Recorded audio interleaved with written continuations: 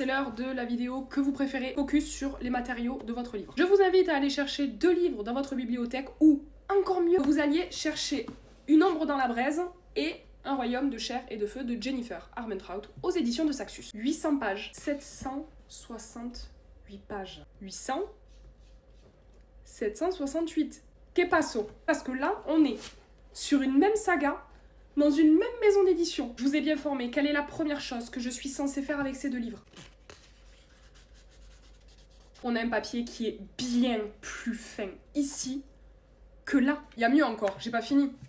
26,90 €, 25,90 €. Livre imprimé en Italie, livre imprimé en Slovaquie. On a une chouillette, moins de pages. Ça se joue vraiment pas beaucoup, mais on a un papier qui est bien meilleur. Pourtant, on a 1 € de moins sur celui-ci. Pourquoi? Livre imprimé en 2023. Livre imprimé en 2022. Quand on vous dit que l'augmentation du prix du papier est absolument énorme, on ne rigole pas. Vous imaginez les répercussions sur les livres? Un livre avec un meilleur papier et juste un petit peu moins de pages est vendu moins cher. Ce n'est qu'1 €, mais 1 € sur les quantités imprimées. Entre 2022 et 2024, certains papiers ont augmenté de plus de 79%.